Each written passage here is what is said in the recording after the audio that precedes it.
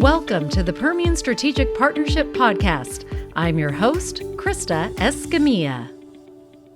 Hello, everyone. Welcome to this week's episode of the Permian Strategic Partnership Podcast. We are so grateful that you are with us today, and you are in for a treat. We have two incredible leaders here in the Permian Basin, really, and beyond, and we are so excited to introduce them to you today. We will begin with Tracee Bentley, who is a familiar face to all of you, President and CEO of the Permian Strategic Partnership. So thank you so much, Tracee, for being here. So excited to be here for this conversation with Kim today. It's going to be fantastic. And Kim, you should have heard the conversation off camera. We've been talking for like an hour. And Kim McHugh, the Vice President of Base Business for Shale Tight with Chevron. Kim, thank you so much for being with us today. Absolutely. Thanks for having me. This is exciting, and it's going to be a great conversation. Just to even hear the stories of how they got here is so incredible. So that's where we're going to begin. Kim, how did you get to West Texas? A little background. Yeah, a little background. So I will start with, I went to A&M, so got my bachelor's and master's in petroleum. And then I started in the Gulf of Mexico at the time. So I was a rig supervisor out there, spent the first 4 years fracking in East Texas and then spending time offshore. From that, kind of went through, I actually worked for quite a few companies, worked overseas. Most of my career, first 35 years, was in drilling and completions. And then I came to Chevron about 15 years ago. When I came to Chevron, it actually brought me to the Permian because I was the manager for drilling and completions for MidCon at the time for Chevron. And then progressed through Chevron. I was vice president of wells. And then I was the vice president for the Rockies business unit, another Shale and Tight business, and then came into this role a year ago. So now managing base business for Shale and Tight for all of our Shale and Tight assets. Did you always know you wanted to get into oil and gas? Yes. So my mom was a nurse, and I pass out of the sight of blood. I'm not good with that. My kids make fun of me. But I was always good in math and science. And my father was in the industry. He worked with Marathon. So that's what took us around the world. Actually brought us to Midland. Funny story, I went to 3rd and 4th grade in Midland, Texas. Really? At Emerson. Oh. Emerson Elementary. Okay. Yeah. I went across that. from Goddard. My dad worked for Marathon here. We had been in Cork, Ireland. So can you imagine flying from Cork, Ireland, lush green hills, and then we landed in the airport between Midland and Odessa, and we did not know what was happening. We had never seen a tumbleweed. Right. What have you done, Dad? Yes, exactly. But it was a boom time in Midland, and so it was a really interesting time as a child being a part of it. So, and then I worked here in grad school. Spent a summer here working, actually a bit of Iran, but I lived in Midland. So that's, but I always knew, and I always wanted to be in drilling. So that's a funny part because women didn't do that. Right. And so that's what I wanted to do, is do something different. So spent a lot of time on rigs and did that for a really long time. I love that. Yeah. I love it. Kim, as you know, Chevron was a founding member Yes. of PSP 7 years ago, which is hard to believe. And really, Chevron played a leadership role in not only the thought of PSP, but getting it up and going. And when I first came on board, fresh from Colorado, had never been to the Permian before, and I was like, wow, here I am, I'm excited. But it was Chevron who was really that rock for me, who I could go to and ask for advice. What do you think here or there? 7 years, here we are. You're on our board, and I'm so grateful for it. What is your perspective on PSP, where we've been, where we're at now? Yeah, so first I want to start with, this is a really fantastic partnership because it brings, normally we're competitors. Right. But we have the same issues, we have the same concerns. This is our community. The Permian is where we are operating, so we want to do the right by our employees. And so to bring all of us together to say on these things, we're going to work together. And that power in numbers, we can do a whole lot more, right? So I actually remember when we were setting this up, and at the time, I believe it was Jeff Gustafson. He started for us with this, and they were talking about this fantastic concept. And I thought, wow, we should do this in more places, right? But really working the issues that matter. And so working with that group of people has been incredible to come in now and be a part of it. But I think that the power in this is it's the things that matter. It's not any one of us has more say or push than any other member of that. I think the community recognizes what PSP has done. And I think some of the things, if you look at the Permian Behavioral Medical Center, right? That was an idea. Yes. Beacon, Yes. an idea. And then today I was coming from the airport and I saw the sign and I could see the construction. I thought, wow, look what this group has done. So not just ideas, but pulled it through, and then working with the university systems and things like that. True progress. And for me, that's what our employees matter. And so to be able to do something that can contribute to them and the community, I think has been phenomenal. I think I have the best job in the world. She does. She's very good at it, by the way. Extremely good at it. Yeah, she really does. Nothing makes me happier than when I'm at the grocery store or out and about in the community and I see a Chevron employee and they come up and say, hey, I just want to let you know I'm so proud that my company is part of PSP and my child is going to one of the schools that we built, or it makes you so happy to know that people in our community, your employees, all of our employees, are living and breathing it and seeing the progress that we're making. Yeah, absolutely. And even if you're not a member, you're still benefiting in this, right? And it's important. We need the community to be strong. We want our employees to have the support and what they need. But I mean, to brag on, I'm going to brag on Tracee, but because when you watch, normally in some nonprofits, there's not a point of an off-ramp or metrics to measure progress. And I give Tracee and her team a ton of credit because they measure what will success look like. We hold the partners accountable to those metrics. And so we can see. So if you're investing in this, you want to see progress towards. And I think that, for me, that's what makes this different.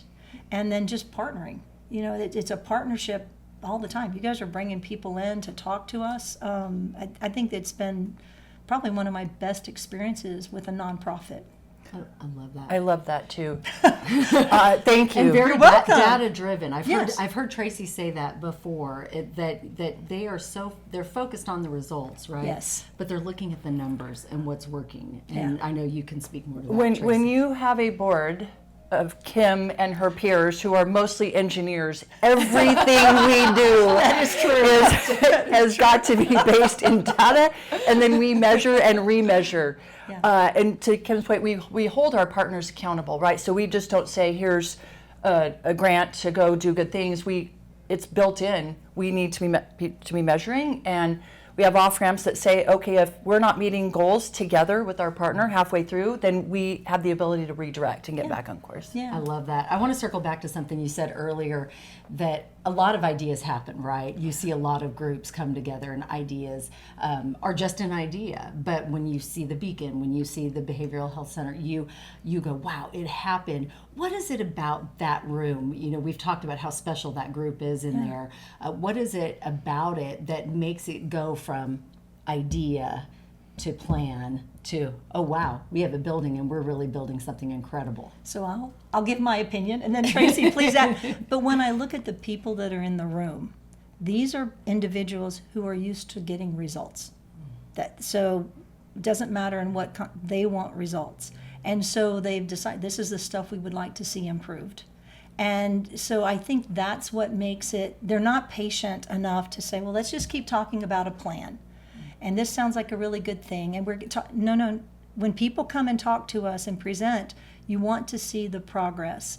You want to hear what's working, what's not working. How can we help? And so when you're sitting around a room with those kind of individuals who are decision makers in their company, that was what really makes a difference. And so we know we're not the experts in healthcare or education or transportation, but we know the issues that we need to move forward. And so I would say they ask challenging questions. They really look to people for the delivery. Tracee's team, you trust them, but you also want to hear what's happening and what's going on. I think that's the difference. Sometimes you get in and it's not this data driven, right? And you stay in concept mode for a while, but because the passion is there, the commitment to employees in the community, that's That's what makes the difference. And then I have to say the commitment to putting funds in. Mm-hmm. So you can't just sit in there and not be committed to supporting the efforts that we're doing. And I think those things together is what makes the difference. I could not agree more, and I would add one other thing, is what we are doing as an industry to the scale we're doing at has never been done before. And so we don't have a model to look at. We're not making it up, but I mean, we're doing groundbreaking things that have never been done before. And Kim and the rest of the board are really good about saying, we want this result. There's no clear proven way how to get there, but Tracee, we trust you. You and your team figure out how to get there, and we're going to believe in you. And having that flexibility along with the data-driven results is very unique. But it has allowed us to get from point A to point B in a very creative way sometimes. Yes, I love that. I would also, say that you guys are really good about, what's been done in other places. Yes. So we're not necessarily always starting from scratch, but you can see what others have done, and you can build on that. You can take that. I mean, the literacy program, Yes. right? I mean, I think we just had Great announcements example, yes. here recently, and that is something you've seen results in other places, brought here, really had a groundswell of people accepting that. And if you can change literacy in your elementary school early on, you will change people's lives. You will change an outcome. That's not just our employees. That's the whole community in the Permian. So I think that's the things that you guys do, where you bring in best practices or partners that have proven results. Yes. That is a great example. Yes. And I love that you pinpointed literacy, because that has been a recurring theme through the years here in West Texas. You identified it, you're pouring into it, and there will be results from it. I love that. Yeah. Let's talk about some of your favorites, because I know there are so many wonderful, wonderful initiatives that have been brought to fruition and are working. That's the key thing. That's they are right. working in West Texas. Tell us your most memorable projects or initiatives. So I'm going to speak, I think the principal teaching program that they brought in to help develop is a fantastic, again, back to the schools. Yes. I think that's been exceptional. The program, we just talked about it here recently, that I'm going to say one of my favorites is trying to do more preventative medicine for people, more how can you help take care of, diabetes is a big problem, heart disease is a big problem. And so we've started some projects where working within the community of helping people understand their numbers, what can you do, that's changing lives. And that's, again, I'm going to go back. That's why I love being on this board, because you're actually making a difference. I think the road support that we did in New Mexico, Yes. huge, because now you can get support. Those roads are dangerous. So how can you make a difference, not just for our employees, but for the community? And so this support gets there faster. We can get people back on the road, tire changes, battery problems, whatever. Big. To me, that's, but I think my favorite is going to go back to the literacy. Yes. Because education is the foundation of everything. You cannot improve a community if your education system is not strong. And so doing that, starting young, so think about what you'll see in 3 or 4 years as people come through that program, these kids come, it's going to change their life. Yes. So that's my favorite. I love it. I love it too. Fantastic. And Tracee, I know you can't pick a favorite because you love them all. I know. It's like trying to pick your favorite kid. Yes, right. Don't do that. All the favorites. I guess, what did I forget? Maybe that's the better. Yes. I would, in addition to what Kim pointed out, we have in our area, all of rural America, but especially here in the Permian, we have not had access to behavioral health care for a very long time, especially in an industry that people are working all hours through the day and the night, and if any place in the United States needs access to behavioral health care, it's right here in the Permian. So, and COVID certainly exacerbated that. Yes. And I was so proud of my board when oil prices were -30. They didn't say pause or stop. They said now is the time when this community and our region needs us the most, and we reprioritized, and we went headfirst into behavioral health. I love that. And we, to Kim's point, we saw what was working in the central part of the state, and we said, what will it take to bring you here? And we want you to branch out into Carlsbad and Hobbs and Pecos and the very rural parts of the Permian. And now we look at it, here we are 6 years later, and little towns that you never would have thought have access to some of the best behavioral health care that's out there. And I'm so proud of the lives that we have saved, the families that are able to get the care that they need. That's been life-changing for me to watch. And I think that's the difference between good leadership and other leadership. I don't want to say bad, but other leadership. When you are confronted with a challenge, you keep going and you take it head on. Which leads me to my next question. I would love to know either your best leadership advice that you've heard or that you've given. That's a great question. My favorite that I've been given, I'm going to start. My dad gave me this when I started working on rigs in the Gulf of Mexico. So I was rotating. I'm the only woman, 55 men, and myself. I'm right out of college. I'm going to go be, at the time we called them company men. That's what I was going to do. And the first time I went out, I came back and I was just exhausted. And I said, I don't know that I'm cut out for this. And he was like, what do you mean? And I said, because I'm trying to, I have to know everything. I got to be as good as everyone else out there, and it's just exhausting. And he said, Kim, you're missing the whole point of what your skill set is. He goes, your skill set is building relationships, supporting people, getting to know them, curiosity. He goes, so my advice to you is be yourself. Stop trying to be somebody you're not. And it was a game-changing moment in my leadership, the way I could address with people. In fact, there's a great quote, be yourself because everyone else is taken. Love it. And it's on my desk. And that advice came from my dad. Yes. And then I think the advice I give now to young people is they're saying, well, how can I get to where you are? And my point is, worry about the job you're in. Be really good at what you do. The next one will come. But if you're always worried about the next, you actually forget to perform in the one you're in. And so I think that for future leaders and things, you got to really think about that. All you future leaders, hit the rewind button about 3 times and listen to that over and over. That is excellent advice. And we have so many young people in West Texas right now. Absolutely. that would love to be in a position that both of you are in. And so I love that advice because there is nothing better than being yourself, because each and every one of us has our own special gifts, and it'd be a shame if you're not using it to your fullest potential because you think you got to look like the next guy. Correct. Right. Trying to be somebody that you're not. Yes. So, That's fantastic. Looking ahead, what would you most like to see PSP accomplish or take on in the next 5 years? Okay, so let's stay in all 3 categories. Okay, right? I love it. So we'll start in the healthcare space. I think Beacon is that start to it, but we need more specialized care here. So, and I know that Tracee, we've been talking about that. How do we get that cancer care and things like that? So you don't have to travel as far because there is a high rate of cancer.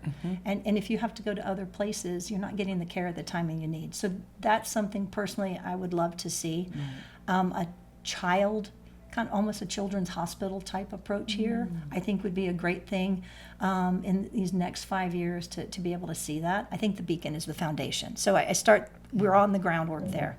If I go to education, my ultimate goal would be all the schools in this area are AB. I love it. Yeah. That's what I want to see is everyone deserves a strong education. They do. And so no matter what you want to do in your life, it starts there. So I think that goal and how we get there, and there's some creative ways and some things that we're doing, but that's what I'd love. And I know that's a big stretch in that time period, but I know we've already made progress and we can get there. Then when you get to road transportation, I would like to see in the next 5 years where we can partner with the Department of Transportation and honestly change intersections, get turning lanes, get a side road so people can get off the road when they have car problems. Our people are getting out there in some of these roads, community and our own workforce, and it is dangerous.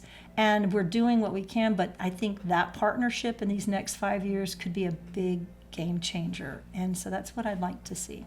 Whew, I can't wait to see all that. Me too. I've got work to do. But I think that foundation is It there. can So I happen, don't think anything I've said is crazy because of all this 7 years of work that we've laid in front of us. But now laying that path for the next 5 years, why not be bold? you know? Absolutely. And I know Tracee and her team, they want that, and they talk to us about that. And on the same hand, I am constantly amazed just when my team and I think, oh, we have something so big. Kim and her colleagues go, that's good, but think bigger. Go bigger. And I'm like, oh my gosh. But what a great challenge. Yeah. Nobody gets to say that. That's true. Great, Tracee, but go bigger. Yeah. I love it. All Well, right. and if you think about it, Chevron, we've been operating the Permian for 100 years. We just celebrated this recently. Congratulations. Thank you. That is and we're going to amazing, be here yes. the next 30. Yes. So this type of thing is super important to us in our workforce. So it's not just a nice to have. It's Right. going to be critical. Recently, we had a friend who, when we first moved here, met, and then they have since retired and moved out of town. And she came back through just last week to visit family.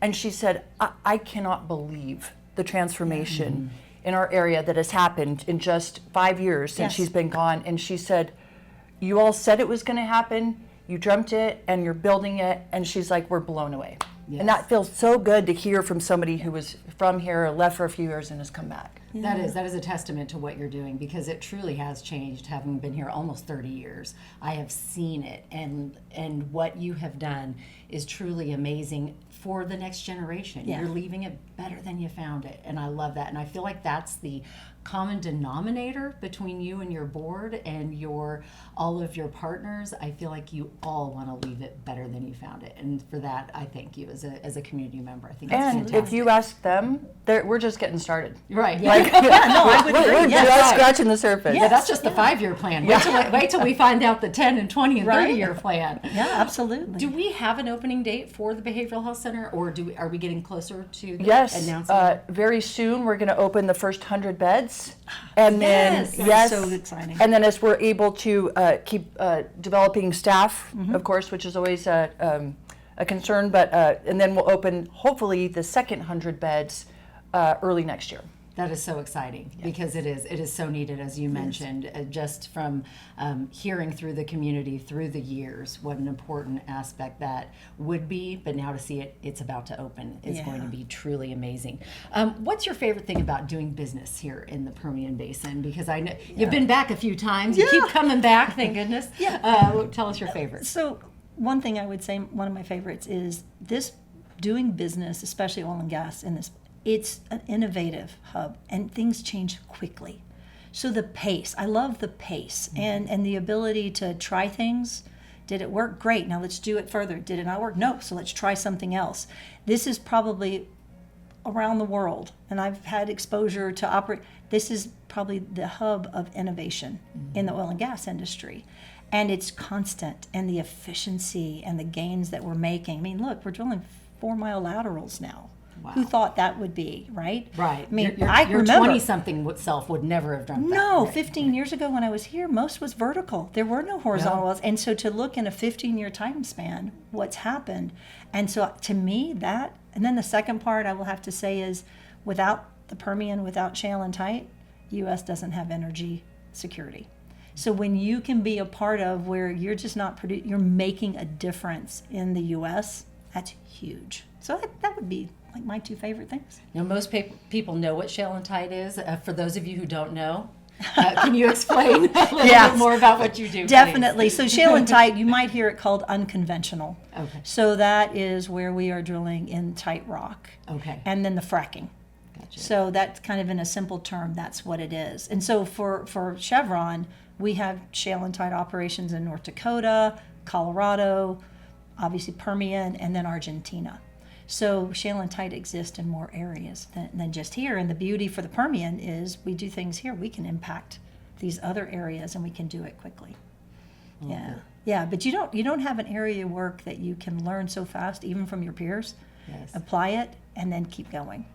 We also were dealing with the technology changes in future. Where do you see that going? You know, we mentioned a little off camera, a little bit about AI, and I think it's on everyone's mind. I don't care what part of business you're in here in West Texas, everybody is thinking AI. How has that changed what you both do? Yeah. Well, so for us, I think we're just scratching the surface on what it can do. We have so much data. So if you think about how many wells are drilled and we are partners in a majority of wells in this area, to be able to use data at the pace and be predictive. So now we're not waiting for something to break. We actually can run diagnostics, and we're predictive, and we can get the maintenance. We can optimize gas lift. We can, even our development programs using AI and the data that we have there.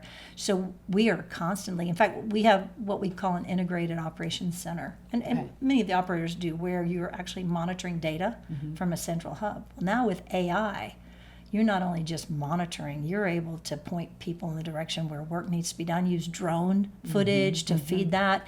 It's never ending. And it's not just in that space, it's in your financials, how you're using AI, and in some of the people stuff that you use AI. It is changing the way, and it's so fast. The pace of change, I think, is probably the hardest for someone my age. If you're early in your career, this is normal for you. Right, very true. Further in your career, you have Copilot and ChatGPT. Now I can take a 300-page document and help get some of the data out of it, the salient points, and you really can be more effective at what you do.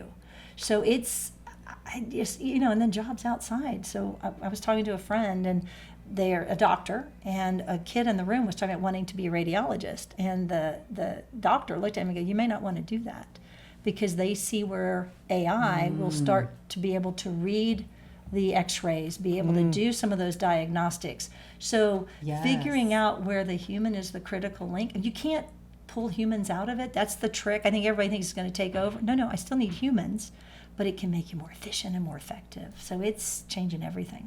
It's taking the guesswork out of life. Yes.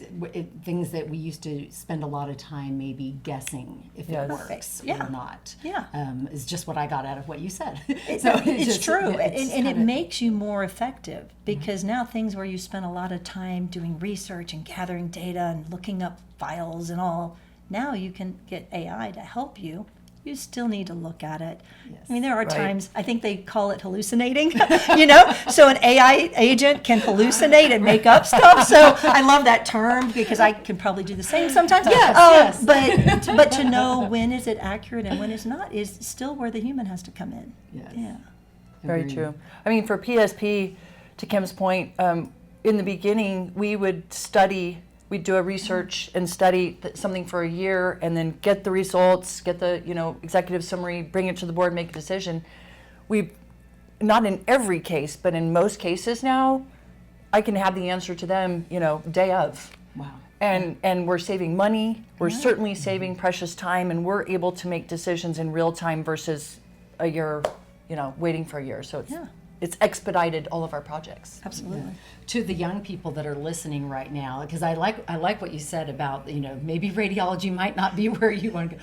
In oil and gas, and in the space that both of you are in, what do you think are the future jobs that someone that is young, that is graduating A&M right now and going, yes, I've got this engineering degree, what should I go do?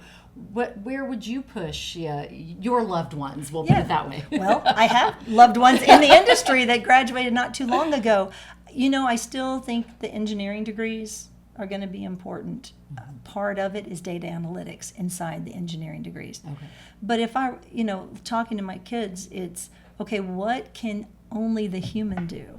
Mm-hmm. So again, now maybe in the future, things, 10 years from now, I don't know where this is going. Again, it's changing so fast. Mm-hmm.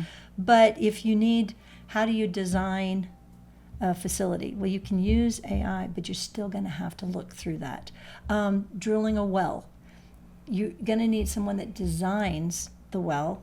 You can use auto drill for the rig, but you still have humans moving around and doing those sort of things, calculating reserves. Well, you can use AI to maybe look at your seismic, evaluate your data, but ultimately that human.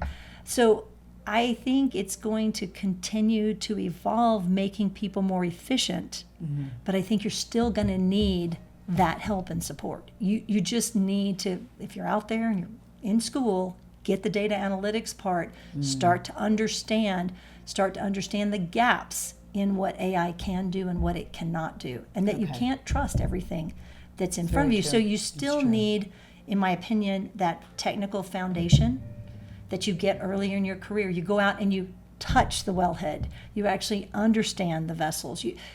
So now when you come in, you can look at this data that's coming in front of you and go, that doesn't look right. Why is that potentially not right? So it's not going to replace us all, but it's going to make us a heck of a lot better at what we do. Our answers and what we do is going to be smarter. Yep. Goes back to being curious. It does. Be curious about it. We can't just ignore it. Well, and that's the hard part, right? Because even like myself, our CEO is very clear. You will use AI. You will start to understand it. And at first I was like, I don't even know what a genie is. And so then you start to learn some of this. And the other day, it's funny, I was doing something at the house, needed to purchase something that had gotten broken. And I was like, I don't even know where to start. So I was using Google, and I used, I think it's called Gemini, took a picture of the object, said, where can I buy this? Bam, immediately. And I was like, whoa, wow. And so for a lot of you, you're going, oh my God, it took you that long? It's not my passion. I really enjoy this more than sitting at a computer. But then I started to realize how smart. Then you talk to people who are using it for their investments. So now they're not using financial advisors as much. They're using this to start to look at their portfolio. So it's seeping into your personal life. And I think for some people, they're very comfortable in that space. And then for people more like me, not as comfortable, but I have to get there, and I have to be curious about it. And I think that's the thing we're going to have to keep working on. And that's our generation, right? I think it is. We didn't grow up with it. Yeah. So, but where our children, they know this like the back of their hand, and they look at you when you ask them a question and go, really, Mom? You don't know how to do that? You know, and you're like, well, I didn't grow up with it like you did, right? And it's tough because you're leading people who this is their comfort. So you're in front of them, and then sometimes they're like, how did you get where you are? Yeah, like you don't how have you made it this far in life? Exactly. What is she doing? But it is something that you, as leaders, you need to embrace it. But I think even more so, we need to empower them to use it and support that. Yes. I don't have to be the expert in it, but I need to listen to when they see opportunity and what they can do, and then how can I help you, get that and progress it. And I think that's where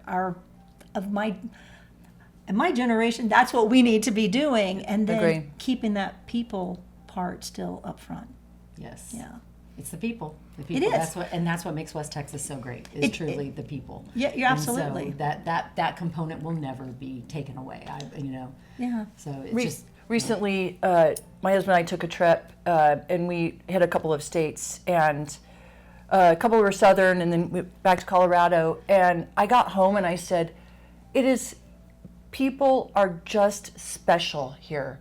Everybody is extra kind, and sometimes it takes you going to other places where they say that they're friendly, and they are, but there's just no comparison. Agreed. When you get back to the Permian, you just automatically feel like a giant hug, and it just feels so good to be home. Yeah. I agree, 100%. And you have a community that, they do hard things. Like, let's face it, some of these jobs, they're difficult, they're hard, they are very demanding. Look at our weather. Yes. Like, we're not, and so the fact that we deliver what we do as an industry, and then the acceptance of our industry and the support to our industry and from the community, I think is what makes it, again, special, because you do have that support. Yes. I know this next question is one of Tracee and my favorite questions, because we get to find out something that is not on your bio. Tell us 2 fun things about you most people wouldn't guess. I ran a marathon. Ooh. And so most people would be shocked. I only ran one, and then I was done. I was like, one and done. And I was really glad when it was over, but I can check that box. I think the other thing, we were talking about it earlier, because when I was mentioning my daughter, that creative side and then that analytical side. So I have that same creative side. So a way I love to relax and something I love to do is decorate cakes. So I do all my grandchildren's, my kids. I've always done it's an engineering feat when I made like a monster truck rally on a cake, or I remember making a 3D scorpion one time for my son in the tail, and it was cake. That would surprise people, because most engineers would not do that, but I find great joy in that creativity part of it, and then using the engineering part to figure out how am I going to do this. I love that. Yeah. I love That's that. incredible. Yeah, so Oh my super goodness. fun. But I I may be calling you now. there you know go. this. Well, I danced. So when I was young, I'm 6 feet tall, and so when I went on point, I was taller than anyone that could ever partner me back in high school. So you can't do that. So I went to sports. So I think people don't realize music. I played saxophone. I used to be able to play piano. Can't really do much anymore. But that creative side, I share that same thing with my daughter. And you also played volleyball in college. I did. Okay. I did. I was So middle. she's got so many fun facts Yeah, here. I know. We Middle- can keep going. middle blocker at A&M. Yes. Which I have to that's shout out, amazing. national champs this year. Go Ags. There you go. But yeah, so it's kind of that side. But I will say the athletics and that sort of thing, I think, is what molds you Yes. as a leader also, because Absolutely. you learn to work with people you don't necessarily always get along with, but you have to work through that and work as a team. And I find a lot of parallels to leadership and then athletics.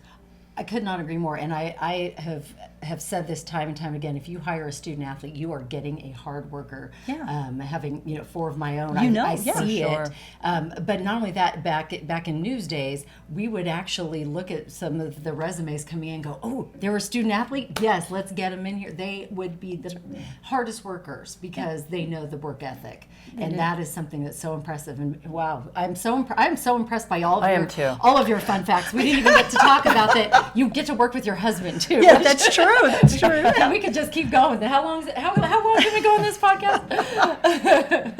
That's amazing. That you truly are such a well-rounded and fantastic leader. Are there any mentors or leaders in your life that have shaped you? Because I want to know what the secret sauce is to be like you. Well, it's multiple things. I've even had bad leaders I learned from, and I think people forget that. You can also learn. I'm going to go back to both parents. I think it started there with that encouragement. You can be anything you want to be, and my dad not pushing back. Yeah, go into drilling. You can do this, right? In fact, when I got my VP of Wells job at Chevron, I called him to tell him, and he cried. And he said he never thought in his lifetime he'd see a female get in that role. And he was so, and so for me that was quite amazing. moving. But I've had some great leaders through my career. I mean, I don't ever want to call out one because I don't want to forget someone, but early on, working out on the rigs and having partners out there that would help you, support you, answer your questions. I would say I've had coaches that, I wasn't the strongest player on the team, but I learned a lot. And I would say, so if I go back to college, is this the greatest leader I ever had? No. But what did she teach me? Sometimes you're on the bench and you're not playing, and you still need to be engaged. And I can remember that, sitting there thinking, well, I'm not playing. What can I do? And she pretty much, after the game, called me out as a freshman going, that's not, you're part of the loss. And I'm like, I wasn't even up there. Right. And she's like, what do you mean? You're part of the team. And you were not encouraging, you were not, and I was like, got it. My role is different. So everyone on the team matters. Everyone is important, and that goes back to, I had a guy I worked for when I was at one of the majors, and I remember he would always say hello to the receptionist or the security guard by name. And I asked him one time, and he goes, Kim, everybody's important. Why don't, and I thought, I get it, right? It's those little moments that really drive home, okay, pay attention to those little moments. And but my mom she ran a hospital at one point. She was an emergency room nurse. Actually, some of you may remember Dr. DeBakey. He was a heart specialist. She had worked for him and has managed, and then managed our family when my dad traveled, because my dad was in oil and gas. So he would be gone for long periods of time, and I saw her take on that role with 2 older brothers, and we weren't always the greatest kids, and have to manage it. And you can't sit there wait till your dad gets home, because he might be 3 weeks out. Right. And so I watched her leadership and how she managed, and how she could be tough when she needed to be, that adaptable leadership style. And you start to see that. So I could. There's a lot. There's a woman right now at Chevron, and Miss Mitra Kasantri, and I just think she's an amazing leader. And could I tell you the one thing about her? No. but she is a solid leader, knows her people, has great delivery, will have the difficult conversations. And so if she tells me, I trust her completely, you know? Love that. Yeah. That's amazing. Love it. Yes. Well, as we come to the conclusion, and I don't want to conclude this. I want to spend like the whole day with both of you. I feel like we could go so many different places.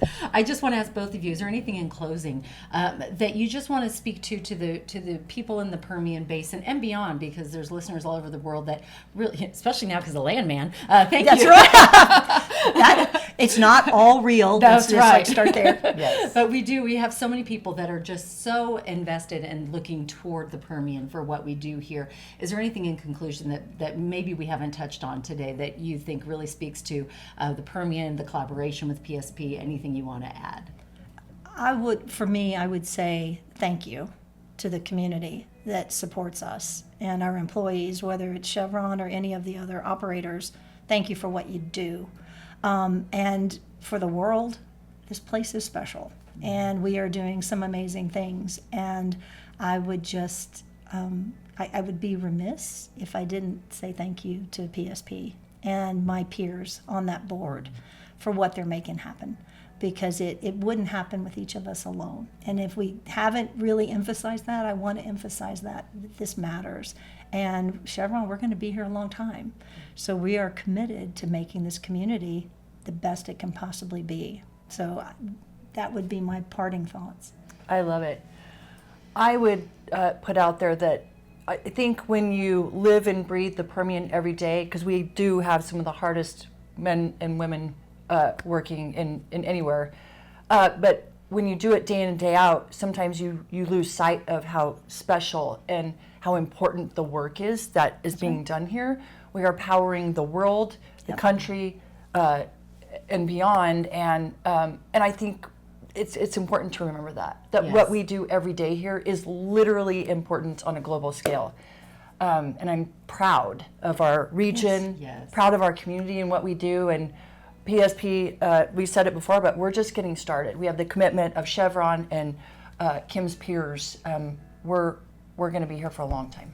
Absolutely. Thank you both for your leadership, your thank you. collaboration, sharing this time together. Love learning to get to know you better. I think it's been a fantastic podcast.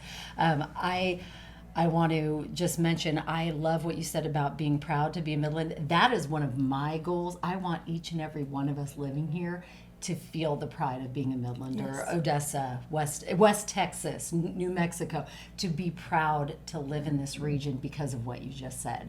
Because it is such an amazing place with amazing people doing things. There's no collaboration like this anywhere else in the world. And we that live here get to benefit it, but also everyone around the world gets to benefit as well from what we provide. So thank you both. This has been so much fun. So I fun. appreciate it. Thank you, Kim. Thank you. I hope Absolutely. that each and every one of you listening today can take this, share it, because this was a leadership lesson right here. It really, truly was. I just want to thank again Kim McHugh, who is the Vice President of Base Business for Shale Tight of Chevron, and also, of course, Tracee Bentley, the President and CEO of PSP, for what you both do. Appreciate it, and just look forward to seeing what the next 5, 10, 20 years look like because of the efforts of what you are all doing collectively. So please share this with someone that you love, that loves the Permian, that you want to love the Permian. Please share it with them. And remember, we are all in this together, and the future truly does lie right here in the Permian. So we look forward to seeing you next time on the Permian Strategic Partnership Podcast. Thank you so much. You make it a great day.